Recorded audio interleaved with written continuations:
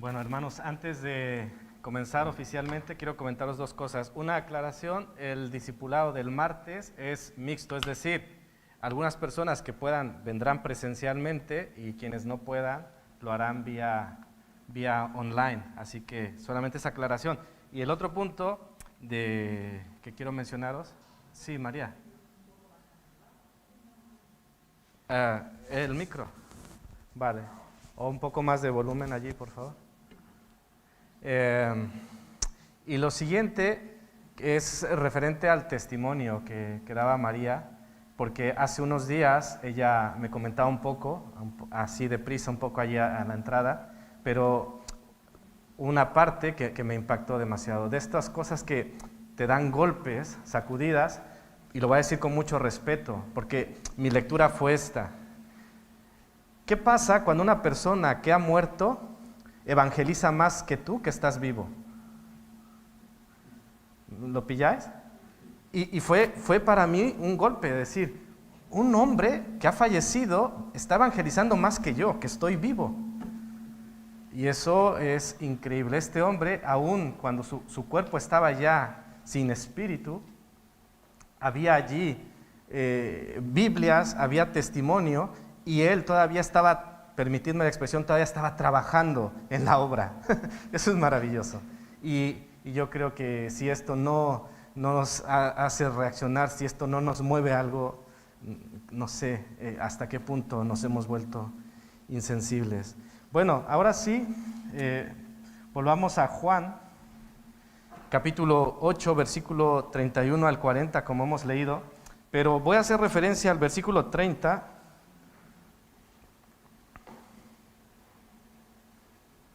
Dice, hablando él estas cosas, muchos creyeron en él, que es como cerramos la ocasión anterior. Pero luego, con la lectura, con los diálogos, con las expresiones, una de las preguntas que pudiera surgir es, estos creyentes del versículo 30, ¿eran verdaderos creyentes o no eran verdaderos creyentes? Y la palabra verdadero comienza a tomar una importancia trascendente en la lectura, porque aunque el énfasis no va a ser cómo determinar quién es un verdadero creyente y quién no, porque el Señor sabe los que son suyos, pero lo cierto es que el pasaje nos habla del verdadero discípulo, versículo 31, seréis verdaderamente mis discípulos, y también habla de la existencia de la esclavitud del pecado, es decir, los contrastes. Y en ese sentido empezamos a hablar del verdadero creyente y de la verdadera libertad. ¿Por qué tenemos que darle esta aclaración a ciertos conceptos, ¿no? Como fe, discípulo. ¿Por qué no solo decir discípulo? No, ahora hay que aclarar y decir verdadero discípulo. ¿Por qué no solo decir creyente? No, verdadero creyente. Si nos está haciendo un énfasis en el verdadero, es porque hay algo que es ¿qué? Falso, porque hay una imitación, porque hay algo engañoso en medio de todo esto, y es lo que Juan nos quiere enfatizar y que estemos alertas ante todo lo falso, porque definitivamente, aunque no debiera ser así, a veces la idea, concepto y definición de creyente puede ser distinta según en qué contextos y según qué personas. ¿Qué es creyente para ti? ¿Qué es creyente para otra persona? Y eso puede ser desde el verdadero creyente, discípulo que bíblicamente tenemos, hasta algo muy superficial, algo muy, que no es real, que no es legítimo, que es una copia. Y sabemos de dónde vienen las copias, sabemos quién es el imitador. ¿Lo sabemos? ¿Sí lo sabemos o no? Muy bien. Bueno, pues en base a esto, vamos a ver esto en tres partes. Esto lo tenía que haber puesto antes, pero os lo he dicho, si habéis puesto atención, lo sabéis. Hablaremos de verdadera libertad, de verdadera esclavitud y de verdadero hijo de Abraham. Por eso hablaba esto de verdadero, por la importancia que tiene que ver. Vamos al primer punto, versículo 36. Ya decía Jesús, dice, Así que si el Hijo os libertare, seréis verdaderamente libres. Pues quizá una de nuestras preguntas que surjan inmediatamente es, ¿cuál es la verdadera libertad? Porque a lo mejor si fuéramos por sectores, para vosotros ¿qué es la libertad? Y para vosotros, y así, y a lo mejor podríamos tener definiciones parecidas o no. Y entonces tendríamos que surgir, bueno, ¿y cuál es la verdadera? ¿La de aquí, la de aquí, la de aquí o la de aquí? ¿Cuál es la verdadera libertad? Cuando debiera ser una sola. Una sola es la verdad, una sola es la verdadera libertad. Y nosotros definitivamente no tenemos la respuesta, la tiene el Señor, que es lo que vamos a estudiar. Hay algo que parece libertad, parece, pero no lo es. ¿Y sabéis cómo lo llama el Señor a esto? Esa libertad que no es libertad, esa libertad que parece libertad, ¿sabéis cómo lo llama el Señor? Lo llama esclavitud. Y dices, ¿pero cómo? ¿Cómo pasamos a algo totalmente opuesto? Estoy hablando de libertad, pero como no es legítima, como no es verdadera, en realidad se llama esclavitud. Y hemos pasado a un extremo totalmente contrario y preocupante, porque no es lo mismo esclavitud que libertad. Dice un comentarista, el esclavo puede vivir en la casa. Recordemos que estamos hablando de tiempos bíblicos, ¿no? Ahora no tenemos un contexto de esclavitud, pero en esos tiempos sí, y dice, el esclavo puede vivir en la casa, pero no es parte de la familia. Vive allí, cualquier cosa, sea para mal, sea para bien, pero no es parte de la familia. Y os leo esta definición en el sentido de verdadera libertad. Ya hay vosotros pensando, para mí, ¿qué es verdadera libertad? Según el mundo, ¿qué es verdadera libertad? No sé si estáis de acuerdo en que muchos pudiéramos pensar que la libertad es ser libre de hacer lo que uno quiera. ¿Eso entendemos por libertad? Ser libre de hacer lo que yo quiera. Porque en realidad la verdadera libertad es desear y poder hacer lo que se debe hacer. ¿Está un poco enredado? La verdadera libertad es desear y poder hacer no lo que yo quiero hacer, sino lo que debo hacer. ¿Entendéis un poco hacia dónde va? Es decir, yo soy verdaderamente libre cuando deseo hacer la voluntad de Dios y cuando puedo hacer la voluntad de Dios. Esa es la verdadera libertad a que hemos sido llamados y es la verdadera libertad que el Señor nos ofrece. Y claro, desde un contexto humano, una perspectiva humana dirías, pero a ver, ¿cómo es que me hablas de libertad cuando he de sujetarme a este Dios? Pues precisamente es lo que el Señor nos enseña. Para que seáis verdaderamente libres, tenéis que seguirme a mí. Porque si seguís lo que vosotros queréis, lo que vosotros deseáis, hermanos, honestamente, ¿qué vamos a desear? ¿Qué vamos a querer y hacia dónde vamos a ir? Decídmelo, por favor. ¿A dónde? Al libertinaje. ¿Estáis todos de acuerdo? Nos vamos a desviar. En pecado me concibió mi madre. Tenemos una naturaleza pecaminosa. Tendemos a hacer lo malo. Entonces, si yo vivo en una libertad donde soy libre de hacer lo que yo quiera, tristemente, lo que yo voy a querer y lo que yo voy a desear es hacer lo malo. Entonces, esa no es una verdadera libertad. La verdadera libertad es cuando el Señor me ha libertado del pecado y ahora no deseo hacer lo malo, sino deseo hacer lo bueno. Deseo hacer lo que mi Señor quiere que yo haga. Es por eso interesante afinar conceptos, definiciones y decir cuál es la verdadera libertad que el Señor nos ofrece. Cuál es la verdadera libertad y no lo que yo creo que puede ser. Y si estamos de acuerdo en cuál es la verdadera libertad, quizá la siguiente pregunta es la número B o la letra B. pues entonces, ¿cómo puedo ser verdaderamente libre? Porque como estos hombres decían, somos hijos de Abraham, nunca hemos sido esclavos, somos libres, nosotros también podremos decir, soy libre, soy un ciudadano libre, no estoy bajo esclavitud, vivo en un país libre, no hay un dictador, soy libre. Pero no es la libertad que el Señor está hablando, ni es la libertad de la cual estamos hablando esta tarde. Hermanos, si tuviéramos que responder a esta pregunta, ¿cómo puedo ser verdaderamente libre? Y os doy una pista, versículo 36. ¿Quién me responde la pregunta?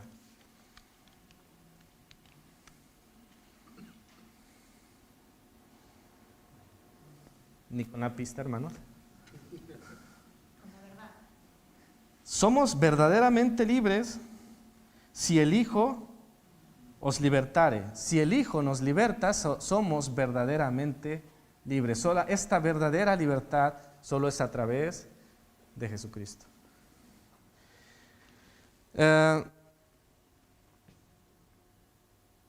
Y esto es confirmado en otros versículos. Por ejemplo, 1 Timoteo 2:5, porque hay un solo mediador entre Dios y los hombres. ¿Quién es ese único mediador entre Dios y los hombres? Jesucristo. Jesucristo hombre, dice 1 Timoteo. Y Juan 14:6, que lo conocemos, dice que Jesús es el camino y la verdad y la vida. ¿Y qué dice después? Y nadie viene al Padre si no es por quién. Por Él. Es decir, Jesús es el camino, Jesús es el único mediador entre Dios y los hombres, y Jesús es el único en quien podemos ser verdaderamente libres. Verdadera libertad, ¿cómo podemos ser verdaderamente libres? ¿Cómo sé que soy verdaderamente libre? Otra pregunta interesante. Comenzamos con la verdadera libertad, luego, ¿cómo soy verdaderamente libre? Y ahora, ¿cómo sé que eso es real en mi vida? En medio de tanto engaño, en medio de tanta imitación, en medio de tanta confusión, hay gente que legítimamente dice, a veces nos toca escuchar, es que hay tantas religiones, es que hay tantas filosofías, es que hay tantos pensamientos, es que hay tantas denominaciones, es que hay tantas Biblias. Dice, ¿cuál es la verdadera? ¿Cuál es la verdad? ¿Dónde está la verdad? ¿Cómo sé que soy verdaderamente libre? Primeramente, podemos referirnos hablando de imitación, que a veces se utiliza para distinguir algo auténtico de algo falso. ¿Qué se os viene a la mente? Etiquetas, sellos, sellos de autenticidad. Este es auténtico. Para nosotros, ¿cuál es ese sello de autenticidad? El Espíritu Santo de Dios es ese sello de autenticidad. Es decir, como resultado de esa legitimidad, como resultado de esto que es real, de esta verdadera libertad, el fruto del Espíritu abunda en nuestras vidas. Es como se refleja respondiendo, ¿cómo sé que soy verdaderamente libre? Bueno, pues una de las muestras más efectivas es el Espíritu Santo en ti. Y como resultado de que el Espíritu Santo mora en nosotros, el fruto del Espíritu, ¿qué pasa? Se ve, no se puede esconder. Y solamente para recordar, os leo lo que dice la palabra en Gálatas 5, que el fruto del Espíritu es amor, gozo, paz, paciencia, benignidad, bondad, fe, mansedumbre y templanza. Y luego vienen los frutos de la carne. Así que, hermanos, esto es una buena forma de saber si soy verdaderamente libre. Pero quiero referirme a una pista a lo que se refiere en este pasaje. Hemos ido a Gálatas, que es parte de, que complementa el tema, pero si vamos al contexto inmediato, ¿cómo saber que soy verdaderamente libre? Dice el versículo 31, Dijo entonces Jesús a los judíos que ¿qué? A los judíos que habían creído en Él. Entonces, una primera cuestión es creer. Porque Jesús se dirigió a los que creyeron en Él. Pero ¿qué les dice? ¿Cuál es el mensaje a estos? Les dice Jesús, si vosotros permaneciereis en mi palabra, seréis verdaderamente mis discípulos. En este contexto, ¿cuál es, dijéramos, la señal? ¿Cuál es la muestra de que ha habido una verdadera libertad? Según este texto, ¿cuál diríais que es la muestra? Permanecer en la palabra. Creer y permanecer en la palabra. Dice el Señor, si permaneciereis en mi palabra, seréis verdaderamente mis discípulos. Entonces, una muestra de que soy verdaderamente libre, ¿cuál es? Que permanezco en la palabra, que obedezco la palabra. Es ese verdadero creer, no es solamente creo como los demonios creen y tiemblan. ¿Tú crees que hay un Dios? Sí, yo creo que hay un Dios, yo creo que hay algo.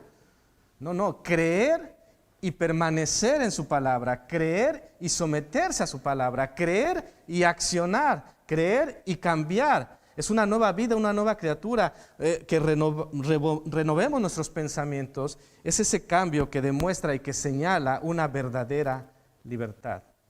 Podemos hablar de libertad, pero a la vez estar sujetos. Y no, esta libertad es verdadera y por eso podemos obedecer y desear lo que nuestro Señor quiere.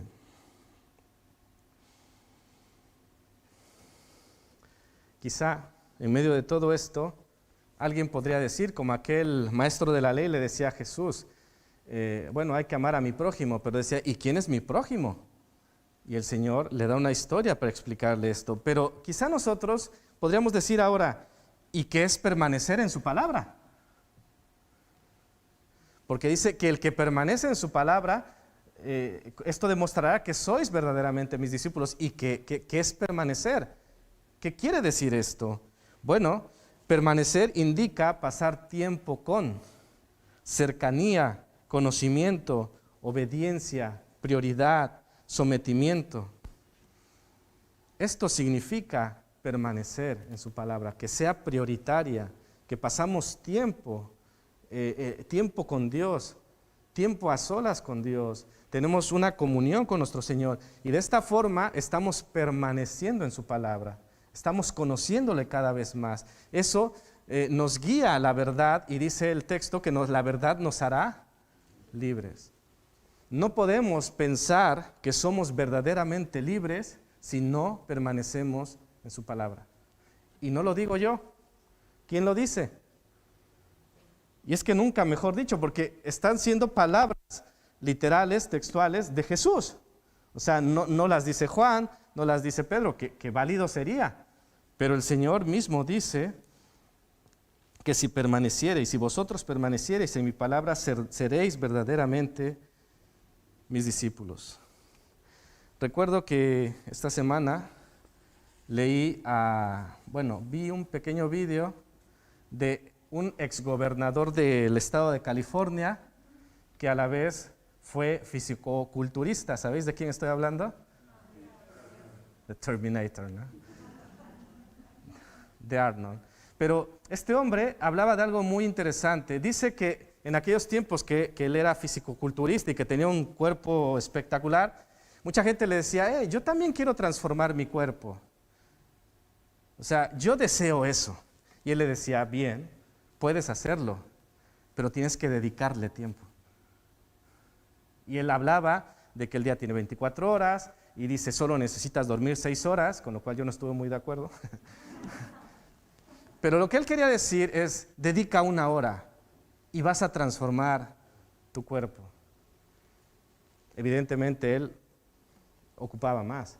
Pero yo no quiero pensar en el fisicoculturismo. Yo quiero trasladar esto de quiero transformar mi cuerpo en quiero transformar mi vida.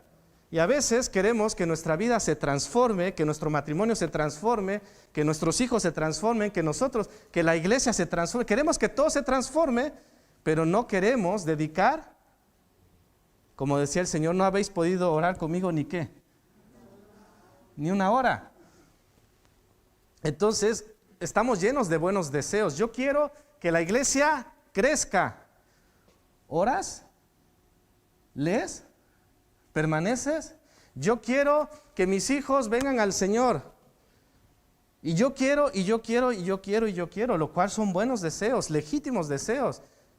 Pero, ¿dónde está la parte en que permanecemos? ¿Dónde está la parte en que oramos con el Señor? ¿Dónde está la parte en que pasamos tiempo con el Maestro? Un discípulo pasa tiempo con el Maestro.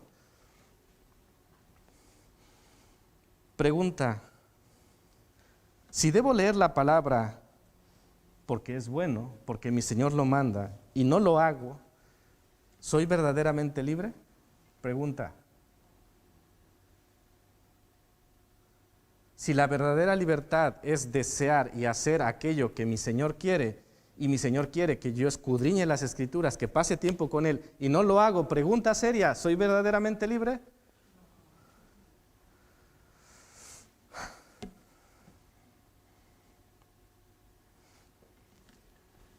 Ahí está el trabajo, hermanos, de un opositor que nos quiere engañar. Y por eso el Señor, como a estos hombres, les daba baños de realidad y de verdad. Y ellos rechazaban y no querían saber de Jesús. De hecho, le querían matar. Pero el Señor decía: ¿pero qué estoy diciendo? Os estoy diciendo la verdad. ¿Y para qué os digo la verdad? Para vuestro bien, para que corrijáis, para que vengáis al Señor. Pero ellos pasaban. Ellos decían: este hombre está loco, no es nadie, no me interesa lo que dice, solo interesa lo que yo digo. Yo tengo mi verdad y mi verdad es mayor y mejor que la de este hombre. Vamos a ver esta parte, en el número 2, donde el Señor también les revela no solo la verdadera libertad, sino la verdadera esclavitud.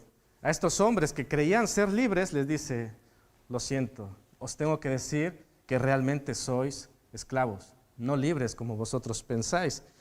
Versículo 33 dice: le respondieron: linaje de Abraham somos, y jamás hemos sido esclavos de nadie. ¿Cómo dices tú, seréis libres? ¿A qué te refieres con eso de ser verdaderamente libres? Porque que yo sepa, soy libre. Bueno, esto es un muy buen ejemplo de esa libertad que vende el enemigo. Ellos habían comprado esa libertad falsa y no se habían dado cuenta.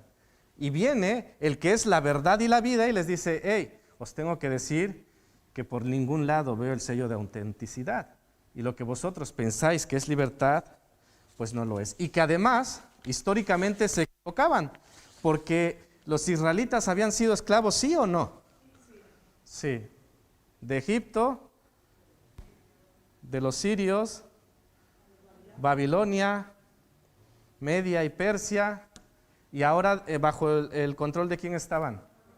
De Roma. O sea, es decir, ellos sí habían sido esclavos, pero ellos decían: nunca, jamás hemos sido esclavos de nadie.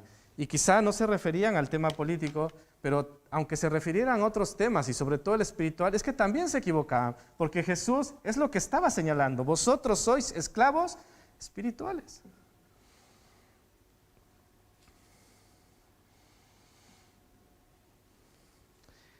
Versículo 34, Jesús le respondió: de cierto os digo que todo aquel que hace pecado, esclavo es del pecado. Jesús lo dice claramente: si vosotros pecáis y lo hacéis, o sea, practicáis pecado, entonces sois esclavos del pecado. Porque todo aquel que hace pecado, esclavo es del pecado. Todo aquel que hace pecado. Aquí se quitan todas aquellas diferencias: ni judío, ni griego, ni rico, ni pobre, ni hombre, ni mujer. No es si tú eres mujer o si tú eres hombre, si tú eres judío, no. El que peca, todo aquel que peca, todo lo que seas, de donde vengas y lo que tengas, todo aquel que peca es esclavo del pecado. No es decir, los pobres si pecan son esclavos del pecado, pero los ricos, bueno, ellos tienen una excepción. No es lo que está diciendo el Señor. Seas rico, seas pobre, seas hombre o mujer, si tú pecas, eres esclavo del pecado. Es interesante, y quiero también hacer esta aclaración, de practicar pecado, porque todo el que hace pecado se está refiriendo a práctica. El verbo utilizado aquí, en el original, en el griego koine, es poieo, y tiene un sentido de comportamiento. De hecho, la traducción podría decir que el que vive en pecado es esclavo del pecado, o el que tiene un comportamiento pecaminoso es esclavo del pecado. ¿Por qué? Porque todos hemos pecado. O sea, todos caemos en pecado, pero no todos debemos ni practicamos pecado. Vivimos con un comportamiento pecaminoso. Y es a lo que se refería. Aquel que practica pecado, aquel que vive en pecado es esclavo del pecado. ¿Entendéis lo que quiero decir, la diferencia entre practicar y caer en pecado? Porque el que practica es esclavo, el que cae en pecado, si es del Señor, es del Señor. Nos equivocamos, fallamos, el Señor nos levanta y seguimos adelante. Nos arrepentimos, pedimos perdón y el Señor nos restaura. Y Jesús les dice a aquellas personas, a aquellos fariseos, a aquellos que querían arrestarle, a aquellos que querían matarle, a ver, vosotros decís que sois libres, vosotros decís que no tenéis ningún problema, pero se los pone muy fácil y les pregunta, y esto es paráfrasis mía, si vosotros me acosáis, si vosotros me queréis matar, pregunto, ¿sois o no sois esclavos del pecado? ¿Cuál es la respuesta clara y contundente? El Señor los está desenmascarando. Es decir, vosotros decís que sois libres, pero queréis matarme. Estáis practicando pecado y sois esclavos del pecado. Como os decía, el esclavo no queda en la casa, versículo 35, para siempre. El hijo sí queda para siempre. Es decir, el hijo tiene herencia, el esclavo no tiene herencia. Por eso no es una cosa mínima, es decir, bueno, esclavo libre, ¿qué más da? No, tiene mucho que ver, mucha diferencia. Ya lo es en el sentido literal, no vive igual el amo que el esclavo, pero en la situación espiritual podemos decir que es un tanto peor, porque estamos hablando de eternidad, estamos hablando de una separación eterna con Dios. Entonces no da lo mismo ser esclavo o ser libre. Esto es una cuestión seria. La peor esclavitud es aquella que nos hace creer que somos los amos y señores de nuestra vida. Aquella esclavitud o aquella peor esclavitud es aquella que nos dice, tú mandas, tú gobiernas, sé lo que tú quieras hacer, vive. Aquella peor esclavitud es aquella que dentro de nosotros decimos, yo esto lo puedo dejar cuando yo quiera. Y no es cierto. La realidad es que estamos esclavizados y no lo podemos dejar. Llámense vicios, llámese mujeres, llámese hombres, llámese hurto, llámese como lo que queráis. Y definitivamente, hermanos, creo que nuestra conclusión es que no queremos estar en condición de esclavitud. ¿Estáis de acuerdo? No queremos eso. No queremos eso para nosotros, no queremos eso para nuestros hijos y por supuesto tampoco queremos eso para nuestros nietos. Pero el Señor nos dice que si no tenemos esa verdadera libertad, entonces pasamos al otro estado de ser esclavos del pecado. Bueno, vayamos a ese tercer punto donde ellos se defendían y decían, nosotros somos hijos de Abraham, así que con eso estamos cubiertos, estamos amparados, con esto lo que tú digas no importa. Pero es interesante porque Jesús ya en repetidas ocasiones, bueno, en el versículo 38 dice, yo hablo lo que he visto cerca del Padre y vosotros hacéis lo que habéis oído cerca de vuestro Padre. Y en este pasaje seguido el Señor les va a decir, vuestro Padre, vuestro Padre, vuestro Padre. ¿Y sabéis a qué se estaba refiriendo el Señor? ¿A qué se refería cuando Él decía, vuestro Padre a aquella gente? Versículo 44. ¿Quién lo lee? Dice, vosotros sois de vuestro padre el diablo. Entonces Jesús no se andaba por las ramas. Jesús le estaba diciendo, vosotros hacéis las cosas de vuestro padre. Y se quedaba allí como vuestro padre. Ellos decían, ¿a qué te refieres? Nosotros somos hijos de Abraham. El Señor decía, no. Y después en el 44 se lo suelta sin más. Vosotros sois hijos de vuestro padre el diablo. Dice, y los deseos de vuestro padre queréis hacer. ¿Qué querían hacer ellos con Jesús? Matarle.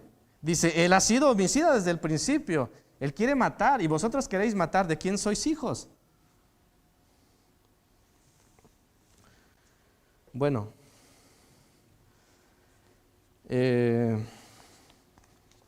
ellos ciertamente, en cuanto a la descendencia, eran hijos de Abraham, pero lo que Jesús les quiere aclarar es que no todos son hijos espirituales de Abraham, y los confronta por este texto, ¿no? Podemos basarnos, por sus frutos los conoceréis. Y entonces Jesús, un tanto como maestro, didácticamente les dice, a ver, vamos por partes, porque no os estáis enterando mucho. Dice, si vosotros sois hijos de Abraham, haríais las obras de Abraham, ¿cierto? Y ellos dirían, sí, vale, pues entonces, ¿cuáles son las obras de Abraham? Por ejemplo, voy a citar Isaías 41:8, donde dice que Abraham era amigo de Dios. Es decir, Abraham no quería matar a Dios. Ellos sí querían matar a Dios, a Jesús en este caso. Otra cosa, Génesis 15:6.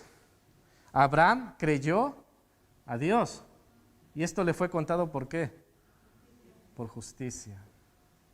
¿Y ellos creían en Jesús? No. La semana pasada veíamos, tu testimonio no es verdadero. Y lo parafraseamos como, eres mentiroso, no te creo. Ellos no creían. Abraham creyó a Dios, ellos no creían al Hijo de Dios. ¿Estaban haciendo las obras de Abraham o las obras de quién estaban haciendo? Y por eso Jesús le decía, estás haciendo lo de vuestro padre, pero de Abraham no. Obedeció a Dios y se postró ante él y le sirvió. ¿Recordáis cuando el Señor y unos ángeles le visitaron? Dice que Abraham se postró. Es una teofanía. Se postró ante él y le sirvió. Le dijo, ven, pasa, y le atendió. Es lo que hacía Abraham. No eran las obras de Abraham lo que ellos estaban practicando. Y voy a leer un versículo que está un poco más adelante, 8:56, lo tenéis ahí mismo. Dice, Abraham, vuestro padre, se gozó de que había de ver mi día, y lo vio y se gozó. Abraham, aquel que vosotros apeláis que es vuestro padre, ese se gozó de mi día, de mi venida, y lo vio y se gozó, pero vosotros no os estáis gozando. ¿Aquellos fariseos y escribas estaban gozando de que Jesús estaba allí? No, porque Jesús solo les estaba diciendo sus verdades, y ellos decían, pues así como que contento no estoy con Jesús. Y él les decía, a ver, vosotros estáis haciendo esto, así que vosotros mismos respondedme, ¿qué obras estáis haciendo? Y los versículos 37 y 38 nos hablan de esas obras, acompañado del versículo 40. Versículo 37, sé que sois descendientes de Abraham, pero procuráis matarme. Esas son vuestras obras, porque mi palabra no haya cabida en vosotros. Es decir, rechazaban su verdad, le querían matar. Hacían lo de su padre. Dice una versión de la palabra, hacéis lo que habéis aprendido de vuestro padre. Versículo 38, versión la palabra. Hacéis lo que habéis aprendido de vuestro padre. Matar, rechazar la verdad de Dios, querían destruir al Hijo de Dios. Yo creo que a estas alturas, hermanos, el Señor es muy categórico. Les muestra por un lado, por otro lado, les hace ver que están equivocados. Les hace ver que no tienen la verdadera libertad. Les hace ver que necesitan encontrarse con Él, que no le rechazaran. Lo triste de todo esto, hermanos, que a pesar de ser muy clarito, imaginaros, Jesús como maestro, ¿podéis imaginaros una clase de nuestro Señor? ¿Se entendería lo que Él quería decir? Sería espectacular escuchar al Señor. Pues aún al Señor como maestro, enseñándoles y diciéndoles la verdad, ellos ¿qué hicieron? Rechazo total. No queremos saber la verdad, no nos interesa. Ya no queremos saber si esto es verdad o no. No nos interesa. No te queremos a ti, nos generas ansiedad, nos generas incomodidad. Y yo, antes de ti, yo estaba muy tranquilo.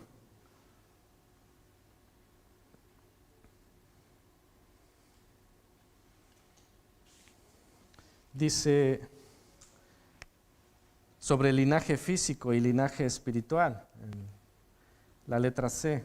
¿Se parecía a lo que hacía Abraham con lo que ellos hacían? Pregunta sencilla. ¿Lo que ellos hacían y lo que hacía Abraham, cuando os he presentado esa comparativa, ¿se parecía una cosa con la otra? No, ¿verdad?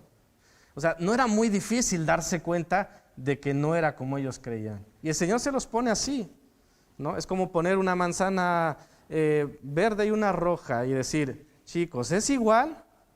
Ellos dirían, pues no. Y él decía, pues no, no es lo mismo. Entonces, aunque vosotros decís que sois hijos de Abraham, no os comportáis como un hijo de Abraham. Dice Gálatas 3, 7 y luego versículo 29. Sabed, por tanto, que los que son de fe, estos son hijos de Abraham.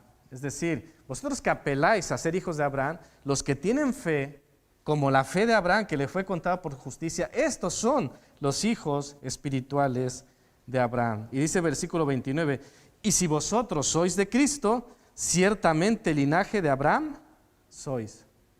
Estos son los verdaderos hijos de Abraham, los que sois de Cristo y herederos según la promesa. Gálatas 3, 29. De hecho, el llamarse herederos de Abraham les daba más responsabilidad, porque ¿qué responsabilidad tenía Abraham y sus herederos para con Dios? Cuando hicieron un pacto, el Señor se comprometió a hacer ciertas cosas con él y con su descendencia. ¿Y qué debía hacer él y su descendencia? ¿Eh? Tenían que ser bendición a las naciones. Tenían que bendecir, iban a bendecir a través de Jesucristo, pero también tenían que ser testimonio, tenían que ser luz delante de los demás pueblos, para que los demás pueblos vieran ese modelo, esa relación y desearan también ser parte de lo que ellos tenían. Eran esclavos que pensaban que eran libres. Una ironía muy grande, hermanos, la descendencia de Abraham, la descendencia física de Abraham, tratando de matar a aquel en quien se cumplía la promesa. ¿Sabéis lo que estoy diciendo? La promesa se cumplía en Jesús. En Jesús somos benditos todos. Es bendita todas las naciones, es bendita toda la tierra. Y ese linaje, que se creía linaje más allá de lo físico, estaba queriendo matar a la promesa. Es una incongruencia total. Ellos debían ser bendición y querían matar a aquel que era la bendición a todas las naciones. Génesis 22, 17 y 18 dice, y tu descendencia poseerá las puertas de sus enemigos. En tu simiente serán benditas todas las naciones de la tierra, por cuanto obedeciste mi voz. Estas son palabras cuando Dios está haciendo pacto con Abraham, y parte de esa promesa que Dios le hace es, en tu simiente serán benditas todas las naciones de la tierra.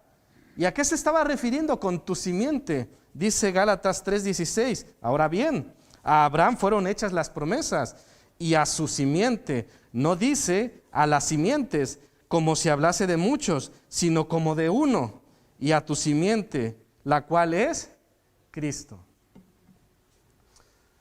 Aquí hay mucha profundidad, hermanos. Desde aquel pacto con Abraham estaba ya señalándose a Cristo. Y por eso es que digo que en Cristo se cumplía esa promesa que Dios había hecho a Abraham. Y aquellos que decían, que nosotros somos los descendientes, querían acabar a la promesa. Es ridículo, pero es lo que obra el enemigo. Nos hace hacer cosas ridículas, nos hace hacer cosas sin sentido porque nos engaña, porque nos hace creer cosas que no son y el Señor simplemente quiere mostrarnos la verdad. Vamos a pasar a las conclusiones. Por eso os daba este título, ¿en cuál Jesús crees? Porque al haber tanta imitación, al haber tanto engaño, al haber tanta oscuridad, nos podemos confundir. Podemos estar siguiendo a un Jesús que no es el Jesús real, que no es el verdadero. Podemos estar siguiendo a un Jesús blandito, un Jesús que nos dice que todo está bien, un Jesús que nos dice que hagamos lo que nosotros queremos. Ese Jesús me gusta, a este Jesús sigo. Pero un Jesús que me dice que si quiero ser su discípulo, que me niegue a mí mismo y tome mi cruz y le siga, ese Jesús es un poco menos popular, ¿no? Ese Jesús es un poco como que se me antoja menos seguir. Entonces me busco una imitación que sea más aceptable, que vaya más con mi perfil, ¿no? Que incluso si es configurable, pues genial. Así se acomoda perfectamente a mi estilo de vida, a mis tiempos, a mis gustos, a mis necesidades. Este Jesús lo amo. Pero eso es muy peligroso. Yo creo que debe estar muy claro el peligro que puede significar el seguir a un Jesús que no es el real. Estos judíos apelaban a que eran hijos de Abraham para sostener que eran libres. Luego dijeron que su padre era Dios en el versículo 41. Jesús les confrontó en ambos sentidos. Es decir, si vosotros sois hijos de Abraham, tenéis que hacer las obras de Abraham. Si vosotros sois hijos de Dios, tenéis que hacer las obras que Dios os pide. Pero vosotros lo que estáis haciendo son las obras de vuestro padre, que es el diablo. Si nosotros somos seguidores de Jesucristo, si somos verdaderos discípulos de Jesucristo, ¿qué hemos de hacer, hermanos? En esta misma línea. ¿Qué hemos de hacer si somos verdaderos seguidores de Jesucristo? ¿Qué hemos de hacer? ¿Ah? Permanecer. Es decir, si nosotros somos verdaderos seguidores de Jesucristo, hemos de hacer lo que nos pide Jesucristo. Hemos de estar con Jesucristo, hemos de caminar con Jesucristo, hemos de someternos a Jesucristo. No solamente es decir, sí, yo sigo a Jesucristo, pero bueno, que se adelante y luego le alcanzo. No, es camino con Él. Estoy con Él, paso tiempo con Él, me someto a Él. Y una de las cosas que el Señor nos pide, por ir a una, que son muchas, pero si hemos de someternos a aquel que decimos seguir, os recuerdo un mandamiento de este Señor. Juan 13:34 dice, un nuevo mandamiento os doy, que os améis unos a otros, como yo os he amado, que también os améis unos a otros. En esto conocerán que son ¿qué? Verdaderos discípulos, que os améis los unos a los otros. Qué difícil, sí, pero se vuelve posible porque no lo hacemos nosotros, porque el Señor obra en nosotros y lo hace posible. Verdadero linaje de Abraham. Como ya hemos dicho, ellos no eran libres espirituales. Ellos creían que por ser descendientes físicos de Abraham, eran salvos, eran del pueblo de Dios, ya está, hemos nacido libres. Pero la salvación es por fe. Abraham fue salvo ¿por qué? ¿Quién podría decirme, Abraham, por qué fue salvo? Por fe, porque creyó a Dios y esto le fue contado por justicia. De la misma manera, nosotros somos hijos de Dios por fe en Jesucristo. No somos hijos de Dios porque mis padres son creyentes. Yo no soy un hijo de Dios porque mis abuelos son creyentes. Ya desearíamos los padres que nuestros hijos fueran salvos porque nosotros somos creyentes. Pero muchas veces se ha dicho que Dios no tiene nietos y que tampoco somos salvos por tomar la Santa Cena, ni somos salvos por venir a la iglesia, ni somos salvos por ser miembros de una iglesia. Somos salvos lo que decía en Gálatas, ¿no? El verdadero hijo de Abraham es aquel que cree, aquel que obedece, aquel que se somete, y es lo que realmente va a distinguir al verdadero hijo de Abraham. Y quiero dejarle una frase: su verdadero padre es aquel a quien usted imita y obedece. Lo dice, es un extracto de la Biblia de estudio del diario Vivir. Su verdadero padre es aquel a quien usted imita y obedece. Nuestro comportamiento determina quién es nuestro Padre. El comportamiento de estas personas, el Señor lo dijo claramente: lo que vosotros estáis haciendo no es ni de Abraham, ni del Padre, ni mío, es de vuestro padre, el diablo. Hermanos, que nuestro comportamiento, si somos hijos de Dios, ¿cómo debe ser nuestro comportamiento? Es casi automático, ¿no? Pues como un hijo de Dios, en obediencia, en sometimiento, negándonos a nosotros mismos. Ya no vivo yo, sino que ¿qué? Claro, ya no se trata de mí, se trata de ti. Tú eres el primer lugar, tú eres el rey. Yo paso a un segundo plano, pero mientras no nos neguemos a nosotros mismos, mientras yo siga siendo lo más importante, hermanos, esto es fuerte, pero es serio y es necesario. Si yo soy lo más importante en mi vida, estoy ocupando un lugar que le corresponde a Dios. ¿Y eso cómo se llama? Se llama idolatría. ¿Y sabéis lo que Dios opina de la idolatría? Es abominación. Es abominable al Señor. Y cuando yo importo más que mi Señor, soy un idólatra. Y ninguno de nosotros queremos ser idólatras. Pero cuando nosotros somos el centro de nuestras vidas, cuando importa más mi yo que la gente que se está yendo al infierno, entonces yo soy un idólatra porque importo más yo que los demás. Y finalizo con la verdad de Dios. En este sentido de lo verdadero, pues el verdadero Jesús, el verdadero linaje de Abraham y la verdadera y confrontante palabra de Dios. Versículo 37 de Juan 8, en versión Nueva Internacional, dice: yo sé que sois descendientes de Abraham, sin embargo, procuráis matarme, porque no está en vuestros planes aceptar mi palabra. Versículo 40, pero vosotros queréis matarme porque os he dicho la verdad que aprendí de Dios mismo. Estos hombres querían matar a Jesús porque les decía la verdad. Pero Jesús les decía: mi verdad no es para mal, sino que,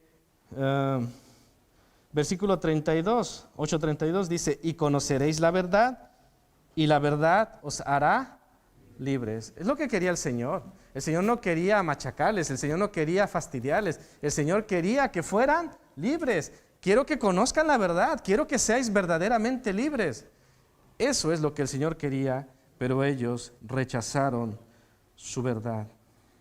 Hermanos, su palabra nos confronta y es bueno que nos confronte. Si nosotros nos sentimos cómodos solamente como pasar un tiempo, pasar un rato, no se trata de eso. La palabra de Dios nos tiene que confrontar, nos tiene que cargar, nos tiene que mover. Como decía el otro día, después de una predicación, no porque yo esté aquí, sino cualquier predicación es: ¿qué me dijo Dios?